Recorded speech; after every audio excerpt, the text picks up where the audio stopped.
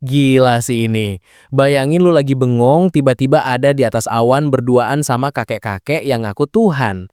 Si God ini minta maaf banget karena gak sengaja nyabut nyawanya si Toya gara-gara salah teknis. Kocaknya, si Toya malah santai banget nanggepinnya, kayak orang lagi dengerin dongeng. Nah, sebagai ganti ruginya, si God nawarin buat ngidupin dia lagi. Tapi syaratnya gak bisa balik ke dunia asal, harus pindah ke dunia lain alias isekai. Si Toya sih oke-oke aja, malah bersyukur dikasih kesempatan hidup lagi. Terus pas ditanya ada permintaan khusus nggak? Si Toya dengan polosnya minta izin buat bawa HP-nya ke dunia sana. Si Gas setuju dong, malah HP-nya di-upgrade biar bisa ngecharge pakai tenaga sihir dan nyambung internet. Gokil kan, isekai bawa smartphone? Gak lama kemudian, si Toya beneran bangun di padang rumput antah berantah. Baru aja mau bingung, HP-nya bunyi. Ternyata si God nelpon buat mastiin dia nyampe dengan selamat. Sumpah ini Tuhan gaul banget. Abis nelpon, si Toya ngecek fitur peta di HP-nya yang udah dimod sama si God biar sesuai sama dunia baru itu.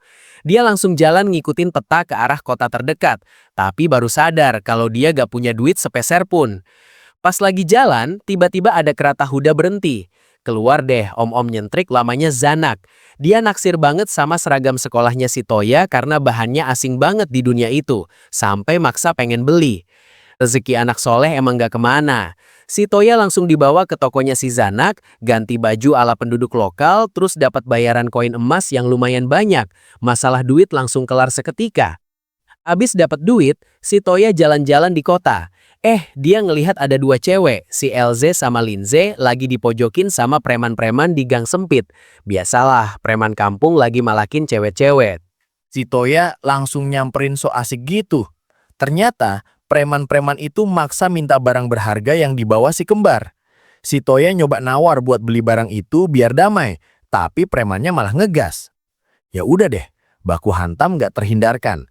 Tapi gila, si Toya gerakannya cepet banget kayak lagi nonton slow motion. Sekali pukul, preman-preman itu langsung tepar semua. Efek di buff sama Tuhan emang gak main-main.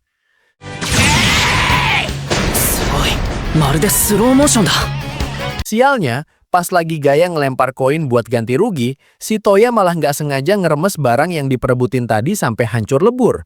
Untungnya, si Elze sama Linze nggak marah, malah makasih udah ditolongin. Ternyata, mereka nginep di penginapan yang sama, Silver Moon. Pas nyampe sana, si Mika yang jaga penginapan langsung ceng-cengin mereka karena bawa cowok, padahal baru kenal juga. Di meja makan, mereka ngobrolin soal kerjaan. Si Elze nyaranin Toya buat daftar jadi petualang di guild biar bisa dapat duit resmi. Toya setuju, dan mereka mutusin buat ngebentuk party bareng. Besoknya di guild, si Toya baru sadar kalau dia buta huruf di dunia ini. Untungnya ada si Linze yang pintar. Dia bacain quest buat ngeburu serigala di hutan timur. Toya langsung gas aja. Pas lawan serigala, si Elze sama Linze unjuk gigi duluan. Elze nonjok pakai gaun LED besinya. Terus Linze ngebakar musuh pakai sihir api. Keren banget lah pokoknya. Si Toya sampai bengong liatnya.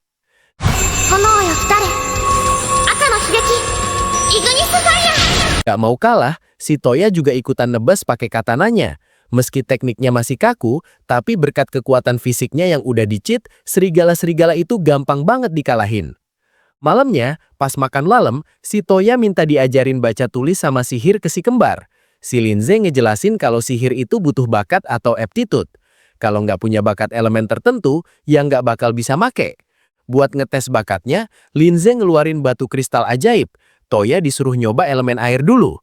Ajaibnya, pas dia nyoba, air langsung muncrat deras banget dari batu itu. Fix dia punya bakat air. Iseng-iseng, Toya nyoba elemen lain. Api, tanah, angin, cahaya, sampai gelap. Gila dong, semuanya nyala. Si Elze sama Linze sampai melongo. Soalnya jarang banget ada orang yang bisa pakai semua elemen kayak gini. Belum puas bikin kaget, Toya nyoba sihir gate buat teleportasi. Dan bener aja, dia sukses buka portal balik ke hutan tempat mereka lawan serigala tadi. Ini orang bener-bener nge-cheat abis. Lagi asik pamer sihir, si Mika dateng minta saran menu baru buat penginapannya. Si Toya langsung dapat ide brilian. Es krim. Dia langsung browsing resepnya di HP pintarnya itu. Berbekal resep dari internet dan sihir esnya si Linze, mereka berhasil bikin es krim vanila. Pas dicobain, semuanya langsung ketagihan. Toya seneng banget bisa balas budi ke teman-teman barunya ini. Cerita berlanjut pas Toya, Elze, sama Linze lagi jalan-jalan santai di kota. Tiba-tiba mereka ngeliat keributan. Ada cewek pakai kimono pink yang lagi dikepung sama gerombolan preman. Ternyata cewek itu namanya Yae. Meskipun dikeroyok, dia jago banget bela diri anjir. Preman-preman itu dibanting-bantingin sama dia pakai tangan kosong doang. Tapi, kocaknya, pas lagi asik ngehajar, perut si Yae bunyi kencing banget, sampai dia lemes. Pas ada preman mau nyerang dari belakang, si Toya langsung gercep ngeluarin sihir pasir buat butain mata musuh. Gak mau ketinggalan, si Elze sama Linze ikutan maju. Sekali pukul sama tendang, preman-preman itu langsung KO semua dah. Kompak banget dah mereka. Habis keributan itu, mereka ngumpet dulu di gang sepi buat kenalan. Si Yae ini ternyata samurai dari negeri timur yang lagi ngerantau buat nyari pengalaman. Karena kasihan lihat Yae kelaparan, Toya ngetraktir dia makan. Gila sih, porsi makannya Yae bener-bener brutal, kayak orang gak makan seminggu. Akhirnya, mereka mutusin buat jalan bareng ke ibu kota. Di perjalanan naik gerobak, Toya iseng baca buku sihir buat nambah skill. Si Linze sama Elze cuma bisa geleng-geleng kepala lihat Toya yang gampang banget belajar sihir baru. Nah, pas Toya nyoba sihir apports buat mindahin barang, dia malah nggak sengaja ngambil pita rambutnya Yae. Sumpah awkward banget, dikira mau nyolong barang cewek. Gak cuma itu, Toya juga belajar sihir slip buat bikin licin lantai, sama sihir buat ngelacak musuh. Pas lagi nyoba sihir pelacak, dia ngecium bau darah yang pekat banget dari arah depan. Mereka langsung lari ke sumber bau dan nemuin kereta kuda mewah yang lagi diserang monster kadal. Situasinya gawat banget, para pengawalnya udah pada tumbang. Tanpa basa-basi, Linze langsung bakar monster itu pakai sihir api, Elze nonjok pakai gauntletnya, dan Yae nebas pakai katananya. Toya juga ngebantu pakai sihir slip biar monster-monsternya pada kepleset bego. Tiba-tiba muncul penyihir jubah hitam yang manggil monster kadal gede banget. Tapi sama Toya langsung dikasih sihir licin lagi, sampai tuh penyihir nyungsep terus diringkus sama Yae. Pas musuh udah beres, mereka ngeliat ada kakek pelayan yang sekarat kena panah beracun. Cewek kecil berambut pirang di sebelahnya udah nangis kejer takut kakek itu mati. Toya langsung pakai sihir apports yang tadi dia pelajarin buat ngeluarin mata panah dari dalam badan si kakek tanpa ngebedah, terus langsung di-heal. Ajaib banget, si kakek langsung sembuh total. Ternyata cewek kecil itu namanya Su, anak bangsawan gede. Si kakek pelayan, Reim, minta tolong Toya buat ngawal mereka sampai ke ibu kota, karena pengawal lain udah pada tewas. Sesampainya di ibu kota, mereka dibawa ke mansion yang gede banget. Disambut sama barisan pelayan yang rapi banget. Bener-bener sultan ini mah. Bapaknya Su, Duke Alfred, keluar nyambut mereka. Dia seneng banget anaknya selamat dan langsung meluk Su erat banget. Dia berterima kasih banget sama Toya dan kawan-kawan. Pas lagi ngobrol santai sambil ngeteh, Duke Alfred curhat kalau istrinya buta karena penyakit lama. Suasana jadi sedih banget denger ceritanya. Toya yang gak tega langsung nawarin bantuan. Dia pakai sihir penyembuh level tinggi, dan gokilnya mata istrinya Duke Alfred langsung bisa ngelihat lagi saat itu juga. Satu keluarga langsung nangis bahagia. Sebagai tanda terima kasih, Duke ngasih duit sekantong gede banget, sama lencana khusus. Pas Toya ngitung, ternyata nilainya setara 40 juta yen. Toya sampai gemeteran megangnya. Pas mau pamit pulang, Toya nanya rencana Yae selanjutnya. Yae yang rasa berhutang budi dan kagum sama kebaikan Toya, mutusin buat ngabdi dan gabung ke party mereka selamanya. Cerita berlanjut pas Toya sama partinya lagi jalan-jalan santai di ibu kota. Mereka ngeliat banyak banget ras yang beda-beda. Ada manusia hewan alias demi-human juga, bikin Toya makin sadar kalau dia emang lagi di dunia fantasi. Lagi asik jalan, tiba-tiba Toya ngeliat ada cewek kecil sendirian yang lagi nangis kebingungan. Naluri baiknya langsung jalan. Dia nyamperin tuh bocah buat nanya kenapa. Ternyata bocah itu kepisah sama kakaknya. Gak lama kemudian, kakaknya yang ras rubah itu datang dan langsung lega banget adiknya ketemu. Abis basa-basi dikit, mereka pamit pergi. Nah, abis itu mereka janjian ketemuan lagi, tapi si Toya malah telat parah sampai 25 menit. Pas ditanya kenapa pakai mantel tebel gitu, Toya pamer kalau mantel barunya itu punya resistensi sihir nul yang gokil. Besoknya di penginapan, karena hujan deras dan gabut, Toya iseng bikin papan shogi pakai sihir modelingnya. Dia ngajarin Doran sama Barel main. Taunya mereka malah ketagihan parah. Saking serunya, tuh bapak-bapak sampai lupa kerjaan dan maksa Toya main terus. Toya udah capek banget sebenarnya, mukanya sampai asem gitu dipaksa main mulu. Untungnya, Linze, Elze, sama Yae balik bawa oleh-oleh kue. Toya langsung punya ide buat kabur dari situ dengan alasan mau nganterin kue ke tempat Juk Alfred. Sampai di rumah Juk Alfred, Sisu seneng banget dapat kue enak.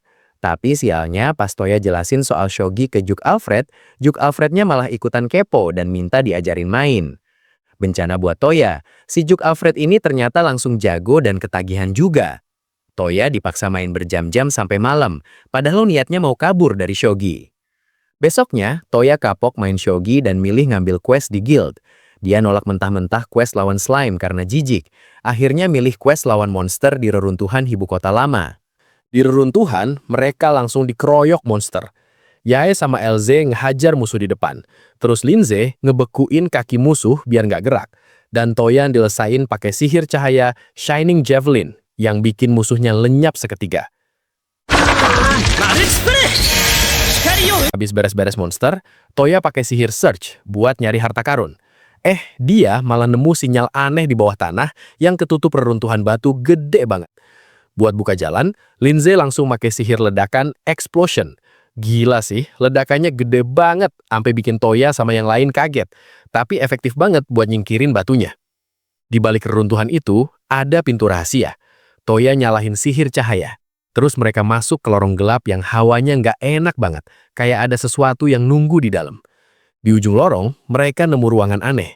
Pas Toya nyoba ngalirin mana ke tembok buat nyalain mekanisme, malah ngebangunin monster laba-laba kristal yang nyerap sihir cahayanya Toya. Monster itu langsung ngamuk dan nembakin laser. Toya sadar bahaya. Dia langsung teriak nyuruh semua orang lari keluar karena tempatnya sempit banget buat berantem. Pas udah di luar, si laba-laba ngejar. Linze nyoba nyerang pakai api, tapi nggak mempan karena tubuh kristalnya nyerap semua serangan sihir. Toya mikir keras cari cara lain. Toya sadar kalau serangan fisik masih bisa masuk. Dia nyuruh Linze pakai sihir Ice Rock buat ngejatuhin bongkahan es gede. Strateginya berhasil, kaki monsternya patah ketimpa es. Tapi gila, monsternya regenerasi cepet banget, kakinya tumbuh lagi. Toya akhirnya sadar kalau kelemahannya ada di inti warna merah di badannya yang sempat kelihatan tadi. Yae maju buat mancing perhatian, terus Toya pakai sihir andalannya Slip buat bikin tuh monster kepleset dan kebalik. Perutnya yang ada intinya langsung kebuka lebar-lebar. Nggak pakai lama, Toya ngelempar Elze ke udara pakai sihir. Elze langsung ngasih pukulan maut boost tepat ke inti merah itu sampai hancur berkeping-keping. Abis menang, mereka balik lapor ke Duke Alfred. Toya nunjukin foto tulisan kuno yang ada di reruntuhan tadi pakai HP-nya, bikin Duke Alfred kagum sama teknologi sihir Toya. Duke Alfred bilang bakal nyelidikin reruntuhan itu lebih lanjut. Terus dia ngasih kabar mengejutkan kalau raja sebenarnya lagi keracunan, makanya situasi lagi agak tegang. Nyampe di istana, Alfred sama Toya langsung disambut sama si Barsa. Tuh orang tua bangka langsung laporan kalau dia abis nangkep orang yang katanya mau nyelakain Raja Trisfin.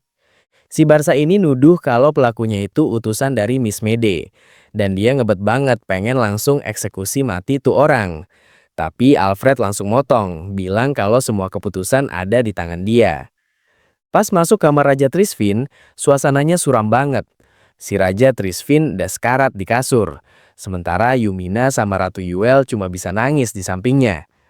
Gak pakai lama, Toya langsung maju dan pakai sihir recovery.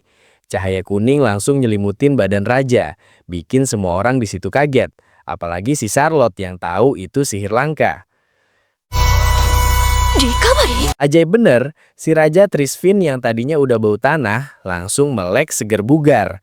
Yumina langsung meluk bapaknya sambil nangis bahagia. Lega banget ngeliat bokapnya hidup lagi. Abis itu, mereka manggil Origa, duta besar Miss Mede yang dituduh ngeracunin raja. Si Barsa masih aja ngotot nuduh dia, tapi Toya punya rencana buat ngebuktiin siapa dalang sebenarnya. Toya ngumpulin semua orang di ruang makan buat reka ulangan. Dia ngambil botol wine yang katanya beracun itu, terus minta Leon buat minum buat ngebuktiin kalau wine-nya aman. Leon langsung nenggak tuh wine tanpa ragu dan gak kenapa-napa. Nah, pas Toya mau nuang wine ke gelas bekas raja buat dikasih ke Barsa, si tua bangka itu langsung panik dan nolak mentah-mentah. Akhirnya ketahuan deh, ternyata racunnya bukan di wine, tapi diolesin di gelas raja. Si Barsa langsung keringet dingin pas Toya ngejelasin trik liciknya di depan semua orang. Karena udah kepepet, si Barsa nekat mau kabur. Tapi Toya iseng banget, dia make sihir slip di lantai. Gedebuk, si tua bangka itu langsung nyusruk nyium lantai dengan gaya yang memalukan. Kelar urusan racun, mereka ngeteh santai. Tiba-tiba si Yumina dengan muka merah padam minta izin ke bapaknya buat nikah sama Toya. Sontak aja si Toya kaget sampai nyemburin tehnya. Raja Trisvin malah setuju-setuju aja. Padahal Yumina baru umur 12 tahun. Dia bilang kalau tunangan di umur segitu wajar buat bangsawan. Bikin Toya makin pusing 7 keliling. Malamnya pas Toya lagi galau di kasur, Tuhan nelfon. Bukan yang ngebantu, si Kate malah ngeledekin Toya. Bilang kalau di dunia ini poligami tuh wajar, jadi sikat aja. Besoknya, si Yumina beneran ngintilin Toya sampai ke penginapan. Dia ngenalin diri ke LZ, Linze, sama Yae sebagai calon bininya Toya. 3 cewek itu langsung bengong berjamaah, gak percaya apa yang mereka dengar. Biar Yumina bisa ikut petualangan, Toya ngajak mereka ngambil quest lawan King Ape. Yumina bilang dia udah belajar mana sama sihir, jadi dia pede bisa jaga diri. Pas gerombolan King Ape muncul, Toya langsung ngasih aba-aba. Tanpa basa-basi, Yae maju duluan nebas tuh monyet gede, sementara LZ sama Linze ngasih support dari belakang. Toya make sihir slip lagi buat bikin monyetnya jatuh, terus LZ langsung ngasih bogem mentah pakai gauntletnya. Monyet segede gaban itu langsung mental kena pukulannya. Terakhir, Yumina sama Linze gabungan serangan sihir. Petir sama api nyamber barengan, bikin tuh King Ape angus seketika. Toya sampai kagum lihat skillnya Yumina. Habis quest kelar, Toya nyoba sihir pemanggilan buat nyari pelindung tambahan. Dia make sihir kegelapan di tengah kota tua, berharap dapat monster yang kuat. Buset, yang keluar malah macan putih raksasa yang gedenya minta ampun. Itu si Kohaku, salah satu raja binatang buas yang legendaris. Yumina sampai gemeter liatnya. Si Kohaku ini awalnya songong, tapi pas Toya nyalurin mananya yang luber-luber, si macan langsung kicep. Dia ngaku kalah dan bersedia jadi bawahan Toya. Biar nggak bikin geger warga kota, Toya nyuruh Kohaku ngecilin. Ajaibnya, si macan garang jadi anak kucing unyu banget. Yumina langsung histeris, geringangan pengen nguyel-nguyel. Pas balik ke penginapan, LZ, Linze, sama Yae juga langsung ikutan gemes lihat Kohaku versi mini. Si Kohaku cuma bisa pasrah jadi boneka hidup buat cewek-cewek itu. Cerita berlanjut pas mereka lagi di perjalanan naik kereta kuda. Tapi suasananya suram banget. Si Yae, Linze, sama Yumina pada masang muka bete semua. Ternyata mereka males banget ngurusin misi kali ini. Alasannya kocak sih, mereka ogah ngurusin slime karena takut baju mereka meleleh kena cairannya. Si Yumina sampai jijik banget ngebayanginnya. Tapi si Toya malah sempet-sempetnya mikir jorok dikit sebelum sadar diri. Lihat teman-temannya pada nggak semangat, Toya langsung berdiri terus ngegas pidato sok heroik gitu. Dia bilang nggak bisa ngebiarin warga desa ketakutan. Gaya banget dah pokoknya. Singkat cerita, sampailah mereka di kastil tua yang jadi sarang slime. Pas Toya buka pintu dengan pedenya, tiba-tiba ada baskom jatuh nimpa kepalanya. Sambutan yang anget banget ya. Mereka lanjut nyari ke dalam dan pas buka satu pintu, isinya penuh sama slime ijo yang menggelikan. Si Yae udah mau ngebakar aja tuh tempat, tapi Toya langsung manggil Kohaku buat ngusir mereka pakai auman macan putihnya. Habis itu mereka ngejar slime yang kabur ke tangga, tapi ternyata itu jebakan bro. Tangganya licin banget gara-gara cairan slime. Alhasil mereka semua kepleset dan meluncur bebas ke bawah kayak main prosotan. Nah, ini nih bencana buat cewek-cewek. Cairan slime itu bikin baju mereka pada meleleh dan jadi transparan. Si Toya yang matanya jelalatan langsung dibekuin sama Linze pakai sihir es biar nggak ngintip. Mampus jadi es loli. Lanjut lagi dengan kondisi baju compang-camping, Toya nemu patung aneh. Pas dipegang dadanya, kenyal doang. Ternyata itu slime yang nyamar jadi patung cewek seksi. Linze ngejelasin kalau itu jenis slime yang suka nempel di dada cewek, terutama yang rata. Si Yumina yang ngerasa tersindir langsung ngamuk dan ngancurin tuh slime pakai sihir angin sampai musnah. Terus mereka nemu ruangan si peneliti slime yang udah jadi tengkorak. Gila sih, ternyata dia bikin slime yang bisa berubah jadi cewek bugil buat bikin harem sendiri. Toya langsung ditutup matanya sama para cewek biar nggak lihat pemandangan itu. Karena udah kesel banget sama kelakuan si peneliti mesum itu, mereka akhirnya ngebakar abis kastilnya. Toya cuma bisa geleng-geleng kepala lihat impian konyol tuh orang berakhir jadi abu. Balik ke kota, mereka nemu anak kecil yang lagi nangis sendirian. Namanya Lim. Dia kepisah sama ibunya. Si Yae yang gak tega langsung minta tolong Toya buat nyariin ibunya. Toya langsung ngeluarin smartphone-nya, nge-cheat lagi dia. Pakai gabungan sihir pencari sama peta di HP, dia langsung nemu posisi ibunya Lim dan nyatuin mereka lagi. Lihat kemampuan Toya, Yae jadi ingat kakaknya yang udah lama gak ketemu. Dia minta tolong Toya buat nyariin kakaknya juga sekalian. Pas lagi ngobrol di kafe, Yae curhat kalau dia sayang banget sama kakaknya. Terus dia keceplosan bilang kalau Toya itu mirip sama kakaknya yang dia sayang. Langsung salting parah tuh anak. Besoknya di kamar, si Toya malah asik ngeliatin foto-foto kejadian baju meleleh kemarin di HP-nya. Sampai mimisan. Pas Linze masuk, dia langsung panik nyembunyiin HP-nya. Dasar cowok. Untungnya, Linze nggak sadar. Dia datang mau minta tolong Toya buat nerjemahin gulungan sihir kuno. Dia pengen belajar sihir api biar nggak kaku kayak pas lawan slime kemarin.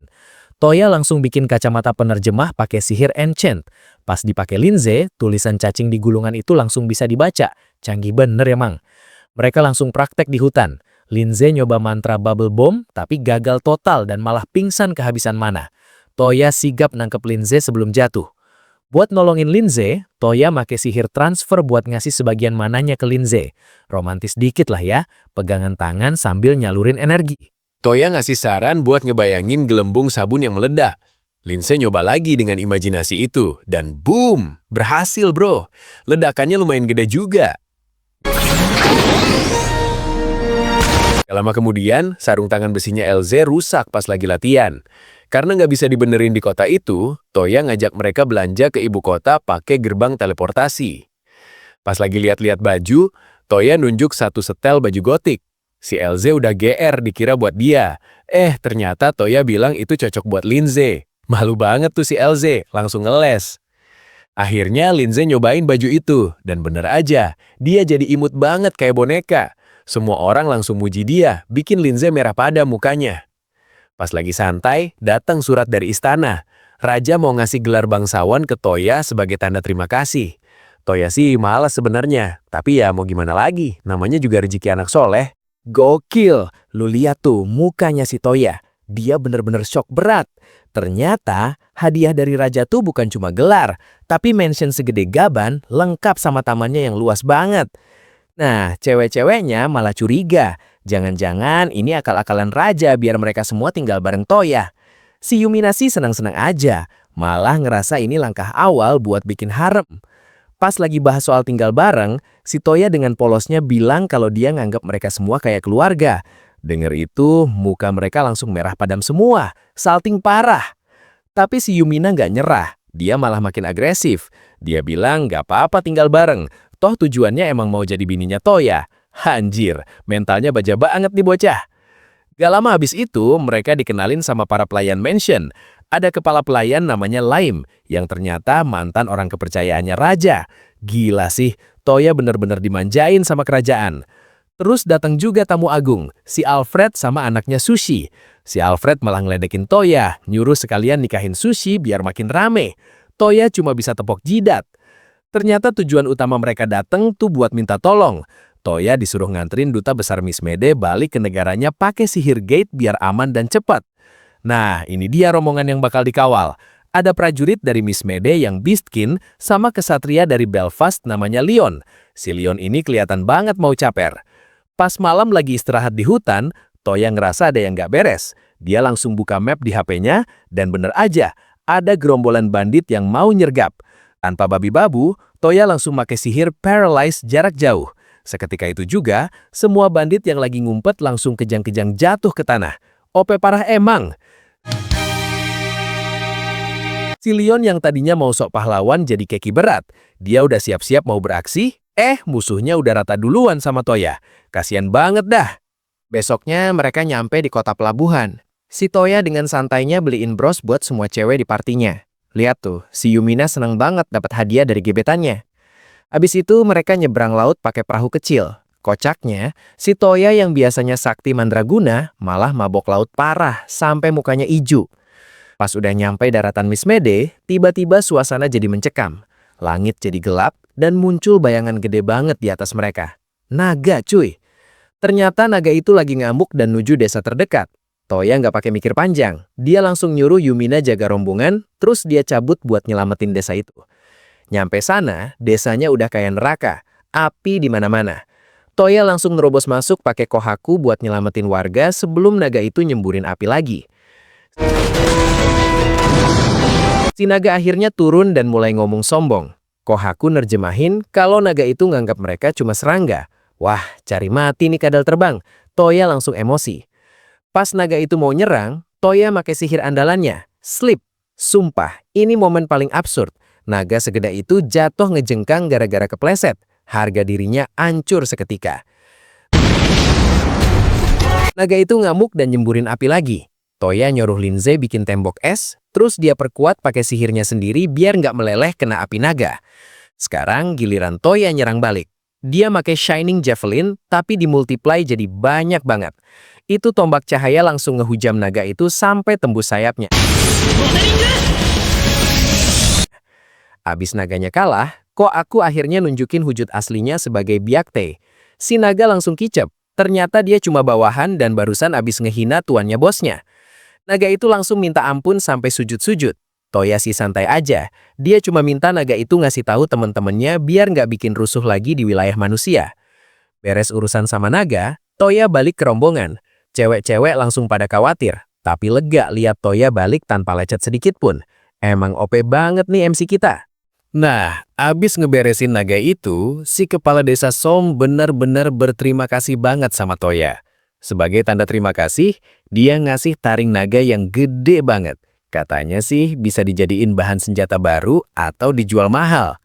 Gak cuma itu, Som juga ngebalikin pisau yang sempet nancep di mata naga waktu pertarungan malam itu. Toya nerima aja sih, lumayan kan barangnya balik. Pas lagi di perjalanan naik kereta Huda, Toya ngobrol sama Kohaku.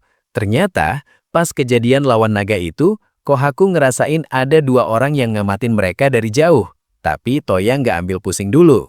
Singkat cerita, mereka akhirnya nyampe di ibu kota Miss Mede dan langsung dapat audiensi sama rajanya Jamka. Origa langsung lapor kalau dia udah balik selamat berkat bantuan Toya dan kawan-kawan. Nah, di sini Yumina akhirnya buka kartu. Dia ngenalin diri secara resmi sebagai putri kerajaan Belfast. Si Raja Jamka langsung kaget dong, gak nyangka ada putri kerajaan tetangga nyasar ke tempatnya dia. Tapi dasar rajanya emang gila bertarung, pas tahu Toya yang ngalahin naga, darah petarungnya langsung mendidih. Dia malah nantangin Toya buat duel 1 lawan 1. Ajudannya sampai tepok jidat lihat kelakuan rajanya. Mereka pindah ke arena buat duel. Aturannya simpel, boleh pakai sihir tapi nggak boleh serangan sihir langsung ke badan. Toya sih santai aja nerima tantangannya. Begitu duel mulai, Toya langsung ngeluarin jurus andalannya, Sleep. Si Jamka langsung kepleset jatuh ngejengkang konyol banget. Toya langsung nyatain dia menang. Si Jamka nggak terima dong kalah konyol gitu. Dia protes keras dan minta ulang tanpa pakai sihir licin itu. Toya sih oke-oke aja, jadi mereka mulai ronde kedua. Kali ini, Toya pakai strategi beda. Dia manfaatin sihir buat bikin debu, Terus pakai sihir Axel buat ningkatin kecepatannya gila-gilaan sampai si Jamka bingung nyariin dia. Toya bener-bener mainin kecepatannya. Dia gerak cepet banget sampai ninggalin bayangan, bikin si Jamka cuma bisa mukul angin doang. Sumpah, ini raja dikerjain abis-abisan. Akhirnya, Toya berhasil nyelinap ke belakang Jamka dan nodongin pedang kayunya ke leher raja itu. Skakmat, Jamka akhirnya ngaku kalah dan ketawa puas karena nemu lawan tangguh. Malamnya ada pesta penyambutan. Toya pakai baju formal, terus para cewek-cewek juga didandanin pakai baju Hasana. Toya sempat bengong lihat mereka, cakep-cakep bener. Toya iseng motret mereka pakai HP-nya. Si Jamka penasaran itu apaan. Terus Toya pamer sihir buat nyetak foto itu ke kertas. Rajanya langsung girang banget minta difotoin juga. Abis pesta, Toya yang kecapean masuk ke ruangan yang dikira kamarnya. Di dalam malah ada cewek misterius duduk di kursi goyang sama boneka beruang. Cewek itu ngenalin diri jadi Len, tetua dari ras peri. Walaupun tampangnya bocah, umurnya udah 612 tahun. Gila gak tuh? Dia juga ngenalin boneka beruangnya, Paula. Len pamer sihir program ke Toya. Dia bikin boneka Paula gerak sendiri. Terus dia juga program kursi buat jalan nyamperin dia pas dia mau duduk. Canggih bener sihirnya. Dasar Toya emang OP, dia nyoba niru sihir itu dan langsung berhasil dalam sekali coba. Len sampai kaget banget lihat bakatnya Toya dan maksa mau jadiin dia murid, tapi Toya langsung kabur ketakutan. Besoknya Toya mojok di hutan buat eksperimen. Dia pakai taring naga yang dapat dari kepala desa buat dibentuk jadi senjata baru pakai sihir modeling. Bentuknya jadi pistol revolver gitu. Biar makin praktis, dia tambahin sihir E-Ports ke pistolnya biar bisa reload peluru otomatis pas dia bilang reload. Gila sih, ini senjata fantasi rasa modern. Pas lagi asik ngetes, Yumina, LZ, sama Linze datang. Toya namain senjatanya Brunhild. Karena Yumina naksir, Toya bikinin satu lagi model revolver yang lebih kecil buat dia. Gak cuma buat nembak, Toya pamer kalau Brunhild bisa berubah jadi pedang pendek juga. Jadi bisa dipakai jarak jauh sama jarak dekat. Fleksibel banget emang. Sorenya pas lagi jalan-jalan di kota, Kohaku ngasih tahu posisi orang yang nguntit mereka. Toya langsung inisiatif buat nyamperin mereka di atas gedung. Toya langsung muncul di depan para pemuntit bertopeng itu. Tanpa basa-basi, dia nembakin mereka pakai peluru karet sampai lumpuh semua. Terus diikat biar nggak kabur. Pas topengnya dibuka, ternyata salah satunya cewek. Mereka ngaku kalau mereka itu espion, pasukan khusus mata-mata dari Belfast yang ditugasin raja buat ngejagain Yumina dari bayang-bayang. Toya jadi ngerasa bersalah udah nembakin mereka. Akhirnya, rombongan si Toya balik lagi ke mansion mereka abis petualangan panjang di Mistmaid. Disambut anget banget sama para maid dan pelayan di sana, berasa pulang ke rumah sendiri. Nah, si Toya langsung tepar di kasur, capek banget kayaknya. Dia mikir mau istirahat dulu dari dunia per-adventurean buat sementara waktu, biar nggak stres.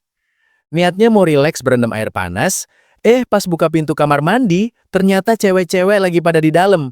Sontak aja mereka teriak histeris. Si Toya langsung kena mental. Abis insiden itu, Toya langsung disidang sambil sujud minta ampun. Padahal dia nggak sengaja karena kuncinya lupa dikunci, tapi tetap aja habis dimalahin habis-habisan sama mereka. Besoknya, Toya iseng bikin sepeda pakai sihir modeling. Pas lagi asik ngerakit, si Alfred datang nyamperin Toya, penasaran sama benda aneh yang lagi dibikin Toya. Si Alfred nekat nyoba naik sepeda itu padahal belum bisa. Awalnya jatuh guling-guling sampai nyungsep, tapi dasar orang tua keras kepala, dia malah makin semangat pengen bisa. Gak mau kalah, cewek-cewek juga pada ikutan belajar. Si Yumina ternyata bakat banget. Baru bentar udah lancar jaya goesnya, bikin Toya bangga banget. Beda nasib sama LZ dan Linze. Mereka malah tabrakan satu sama lain sampai jatuh. Kocak sih, padahal jalannya lebar tapi malah tubrukan. Pas lagi jalan-jalan di kota, Toya ngeliat ada anak kecil lagi digebugin sama preman di gang sempit. Jelas aja dia nggak bisa diam melihat ketidakadilan kayak gitu. Tanpa banyak omong, Toya langsung ngeluarin pistolnya dan nembak tuh preman pakai peluru karet. Dor! Preman itu langsung tumbang kesakitan. Ternyata anak itu cewek namanya Rene. Dia cerita kalau dia yatim piatu dan hidup menggelandang. Toya yang gak tega langsung nawarin dia kerja di mansionnya. Gak lama abis itu, pas Toya sama yang lain di kota, mereka ngelihat Leon sama Origa lagi jalan bareng. Wah, fix banget ini mah, mereka lagi kencan. Dasar kepo, mereka mutusin buat nguntit. Toya sampai pakai zoom di HP-nya buat ngintip momen romantis mereka berdua dari jauh. Kurang kerjaan banget emang. Lagi asik-asik kencan, Leon sama Origa malah dipalak preman. Suasananya jadi tegang nih. Si Leon udah siap pasang badan buat ngelindungi Origa. Tiba-tiba, Toya sama Raja Mismet muncul pakai masker aneh buat bantuin. Mereka langsung ngehajar para preman itu dengan gampang banget. Buk, bak, buk, abis semua. Gara-gara insiden itu, Leon akhirnya berani nembak Origa. Origa nerima cintanya, dan Toya DKK langsung sorak-sorai ngerayain keberhasilan Mak Comblang jalur ordal ini. Pas balik ke mansion, tiba-tiba ada boneka beruang jalan sendiri masuk ke ruangan. Di belakangnya ada cewek gotik misterius yang ternyata tuannya si boneka itu. Cewek itu ngenalin diri sebagai Lin, tetua peri yang umurnya udah ratusan tahun. Dia ternyata gurunya Charlotte dan datang karena penasaran sama kekuatan Toya. Lin minta tolong Toya buat nganterin dia ke Ishen, negeri di timur jauh. Karena Toya belum pernah ke sana, Lin nyaranin pakai sihir buat baca ingatan Yae bisa teleport. Sempat digodain kalau harus ciuman buat mantranya, akhirnya Toya cuma perlu nyentuh jidat Yae. Sihir recall aktif dan Toya dapat visual tempat tujuan mereka. Berhasil, Toya buka gerbang gate dan mereka semua langsung pindah ke Ishen. Suasananya beda banget, bener-bener kayak Jepang zaman dulu. Akhirnya rombongan Toya nyampe juga di Ishen. Si Yae langsung seneng banget karena ini kampung halamannya, Oedo. Suasananya bener-bener kayak zaman samurai gitu, beda banget sama kerajaan sebelumnya. Pas lagi jalan-jalan di kota, Toya nanya, siapa yang mimpin daerah ini? Yae jawab dengan santainya, kalau pemimpinnya itu Ieyasu Tokugawa. Toya langsung kaget dong, soalnya namanya persis sama tokoh sejarah terkenal di dunianya dia. Mereka mampir ke rumahnya Yae dan disambut haru sama ibunya, Nanae. Tapi ternyata bapak sama kakaknya Yae nggak ada di rumah. Mereka lagi perang di benteng Kawagoe, ngelawan pasukan Takeda yang nyerang tiba-tiba. Dengar kabar itu, Toya nggak bisa diam aja. Dia mutusin buat bantu, tapi dia mau pergi sendirian dulu buat mastiin keadaan. Rencananya, dia bakal buka gerbang sihir biar yang lain bisa nyusul belakangan. Di benteng, kondisinya udah kacau balau. Kakaknya Yae, si Jutaro, lagi mati-matian nahan serangan musuh. Masalahnya musuhnya ini mayat hidup yang pakai masker Oni, jadi susah banget matinya. Pas Toya muncul pakai sihir teleportasi, si Jutaro kaget dan hampir nebas dia karena dikira musuh. Untungnya Toya bisa nahan pedangnya dengan tangan kosong sambil senyum santai. Habis salah pahamnya kelar, Toya langsung buka gerbang sihir. Yae langsung loncat keluar dan meluk kakaknya. Momen reuninya agak nyentuh sih, tapi mereka sadar perang belum kelar. Toya langsung pamer skill lagi. Dia pakai HP-nya buat ngelok target musuh, terus pakai sihir penyembuh massal buat nyembuhin semua prajurit yang luka-luka di situ. Jutaro sampai bengong liatnya.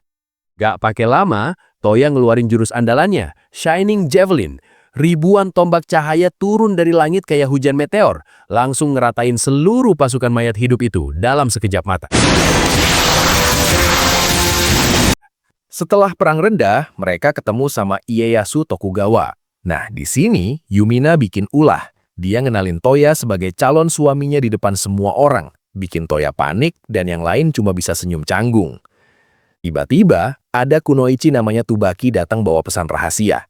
Ternyata, ada jenderal musuh yang mau ngekhianatin bosnya yang jahat, Kansuke, demi nyelamatin klan Takeda. Buat nyusup ke markas musuh, Toya perlu tahu lokasinya. Dia make sihir buat baca ingatan Tsubaki, tapi posisinya malah kayak orang lagi ciuman. Cewek-cewek lain langsung pada cemburu buta lihat adegan itu. Toya, Lin sama Tsubaki akhirnya nyusup. Lin make sihir buat bikin mereka jadi transparan. Tapi pas mau masuk gerbang, Toya kejedot masalah karena ada kekaya yang ngehalangin sihir teleportasinya. Nah, ini kocak. Gara-gara nggak kelihatan, Toya malah nggak sengaja ngeremes asetnya Tsubaki pas lagi jalan. Tsubaki langsung merah padam mukanya, dan Lin malah ngetawain Toya abis-abisan. Mereka berhasil masuk ke penjara bawah tanah dan nemuin Jenderal Nobuharu Baba. Toya make sihir modeling buat ngebuka jeruji besinya kayak mainan lilin, bikin si jenderal tua itu melongo. Biar bisa make sihir bebas, mereka harus anjurin sumber kekayaannya. Lin nemuin kalau sumbernya ada di lampu taman yang nyala ungu, terus langsung diledakin gitu aja sama dia. Pas kekayaan hancur, musuh langsung teleportasi ngepung mereka. Tapi Toya nggak panik sama sekali. Dia langsung spam Shining Javelin lagi dan ngabisin semua musuh yang baru nongol itu detik itu juga. Akhirnya, dalangnya keluar, si Kansuke Mamato. Yang bikin ngeri, dia bawa mayat hidup Shingen Takeda yang udah jadi bonekanya. Para Jenderal Takeda langsung shock berat lihat tuan mereka digituin. Kansuke sombong banget pamerin bola mata merah yang bikin dia abadi.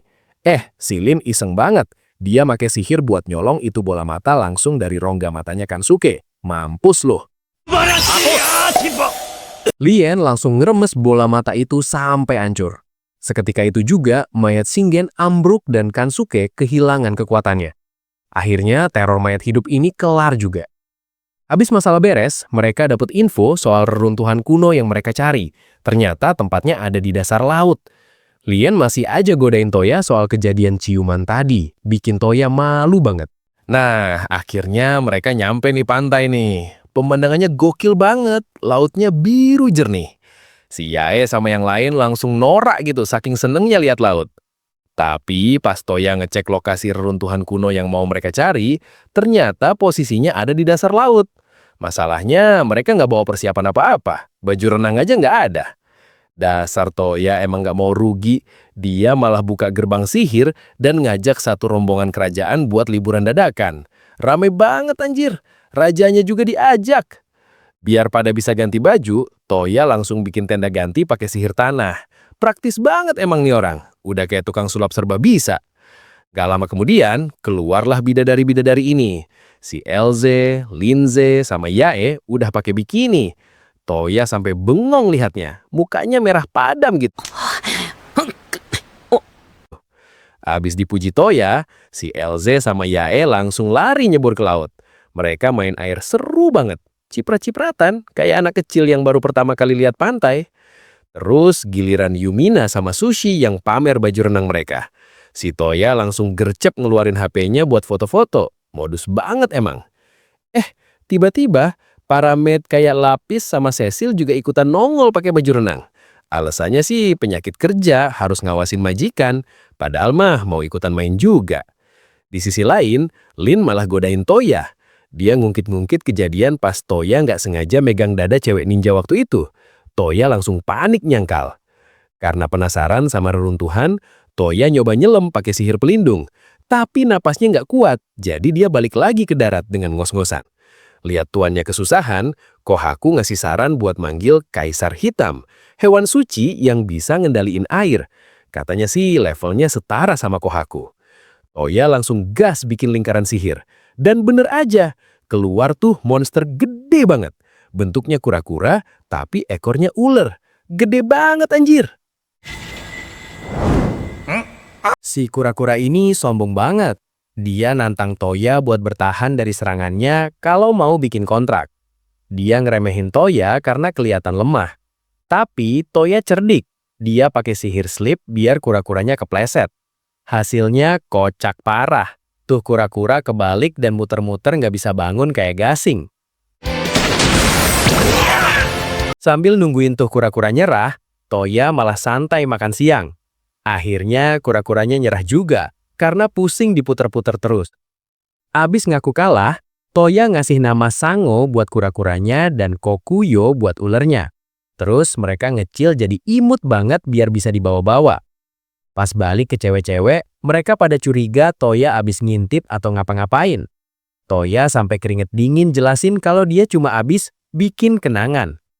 Untungnya salah paham beres. Toya akhirnya bisa main air bareng mereka. Suasananya jadi adem lagi. Mereka ketawa ketiwi bareng di laut. Pas matahari udah mulai terbenam, Toya pakai kekuatan Sango buat jalan di dasar laut. Gila sih, dia bisa napas dan jalan santai kayak di darat. Nyampai di dalam reruntuhan, Toya nemu lingkaran sihir lagi. Pas dia alirin mana, dia langsung diteleportasi ke tempat yang beda banget. Di sana dia ketemu cewek rambut hijau namanya Francesca. Tapi yang bikin kaget, pas Toya lihat ke bawah, anjir, itu cewek kayaknya nggak pakai celana dalam deh. Suasana langsung canggung parah. Si Toya panik setengah mati nanya kenapa cewek di depannya itu nggak pakai bawahan. Dia bener-bener bingung mau naruh mata di mana. Cewek itu ngenalin diri sebagai Francesca, tapi mukanya datar banget. Dia malah bingung kenapa Toya heboh, padahal menurut dia udah pakai celana dalam jadi aman-aman aja. Toya makin ngegas bilang kalau itu tetap aja nggak sopan. Akhirnya Francesca ngalah dan pakai kain pelapis roknya. Toya langsung lega, setidaknya pemandangan di depannya udah nggak bikin jantungan. Abis drama rok itu mereka jalan-jalan lihat sekeliling. Ternyata tempat mereka berada sekarang adalah Taman Gantung Babylon yang ngapung tinggi banget di atas langit. Terus Francesca bikin pengakuan mengejutkan. Dia bilang kalau dia itu sebenarnya bukan manusia, tapi terminal pengelola taman yang udah hidup lebih dari 5.000 tahun. Semacam robot campur sihir gitu deh. Toya komen kalau dia kelihatan kayak cewek normal. Si Francesca malah ngelempar jokes dewasa soal kegiatan yang bisa dia lakuin. Toya langsung nyolot minta dia diem aja. Gak lama kemudian, Francesca tiba-tiba nunduk hormat dan manggil Toya Tuan. Dia bilang hak kepemilikan taman itu sekarang resmi dipindah tangan ke Toya karena dianggap orang yang cocok. Toya bingung dong kriteria cocoknya apa. Ternyata alasannya konyol banget anjur. Toya lolos tes cuma gara-gara dia lihat celana dalam Francesca, tapi nyuruh dia nutupin. Kalau Toya nyerang atau kuek, dia bakal dibuang ke bawah. Francesca bilang penciptanya emang lebih suka cowok yang mesum tapi jaim daripada yang sok suci. Toya cuma bisa tepuk jidat, ngerasa kejebak warisan orang aneh. Gak lama kemudian, rombongan cewek-cewek, Yumina, Elze, Linze, sama Yae, nyusul naik ke taman itu. Mereka semua takjub lihat pemandangan taman yang super indah. Tapi masalah muncul pas Lin nanya siapa cewek rambut hijau itu. Francesca malah manas-manasin suasana dengan bilang kalau dia udah jadi milik Toya, seolah-olah Toya itu suami tercintanya. Pecahlah perang dunia. Linze langsung nyuruh Toya duduk seiza dan nginterogasi dia abis-abisan. Toya bener-bener gak dikasih nafas buat ngejelasin kesalahpahaman ini. Biar gak makin panas, Yumina ngajak Elze, Linze, sama Yae buat jalan-jalan misah. Di situ Yumina mulai mancing-mancing perasaan mereka yang sebenarnya ke Toya. Terus Yumina ngeluarin ide gila. Dia ngusulin biar mereka semua jadi pengantinnya Toya bareng-bareng. Alasannya sih karena Toya terlalu hebat buat dimonopoli satu orang doang. Jelas aja, Elze, Linze, sama Yae langsung panik dan merah padam mukanya. Tapi Yumina nggak ngasih ampun, dia terus neken mereka buat nyakuin perasaan masing-masing.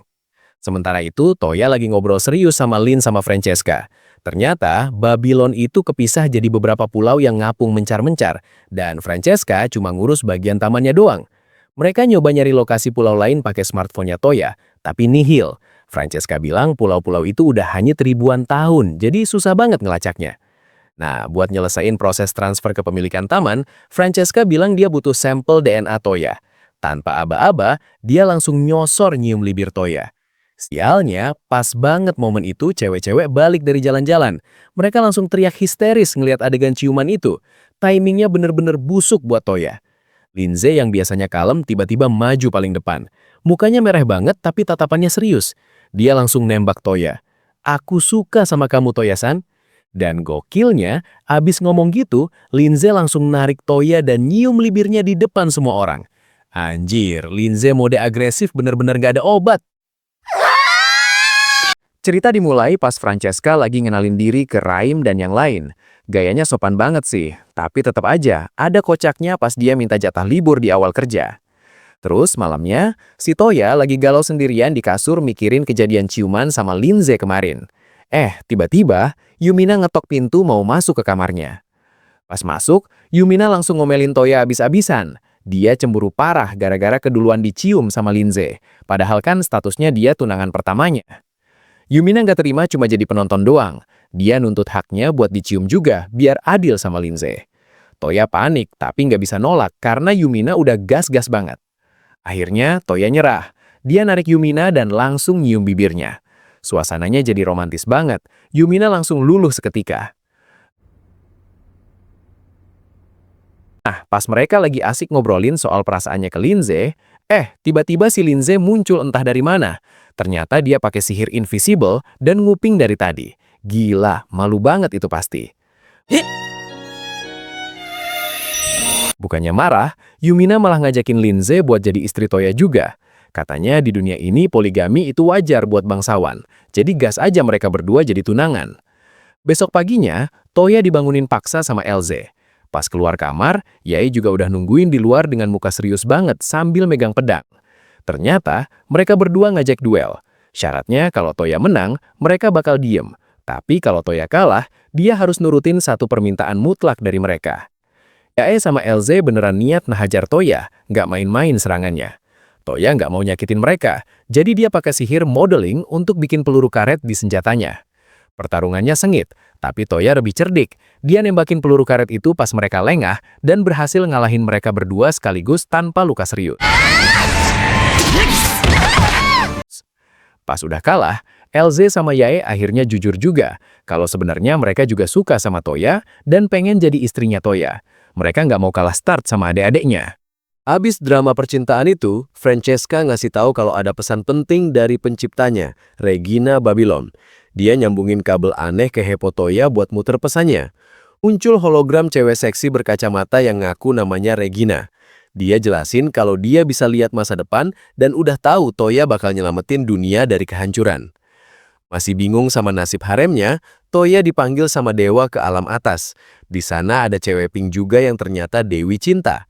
Si Dewi Cinta ini malah ngomporin Toya buat nikahin empat-empatnya. Katanya kalau emang sayang semua, ya sikat aja jangan munafik, bikin bahagia semuanya. Balik ke dunia nyata, Toya ngumpulin 4 cewek itu. Dia bilang belum siap nikah sekarang karena masih bocah, tapi janji bakal nikahin mereka semua di masa depan. Mereka semua setuju buat nunggu Toya siap. Terus Yumina mancing lagi minta ciuman giliran buat nandain janji itu, bikin suasana jadi rusuh tapi bahagia banget. Pas lagi jalan-jalan santai di kota, Toya ketemu cowok misterius berambut putih yang lagi kelaparan tapi nggak punya duit buat bayar jajanannya. Karena kasihan, Toya bayarin makanannya. Cowok itu ngenalin diri namanya Ende, dan kayaknya dia bakal jadi teman atau rival yang penting nih ke depannya.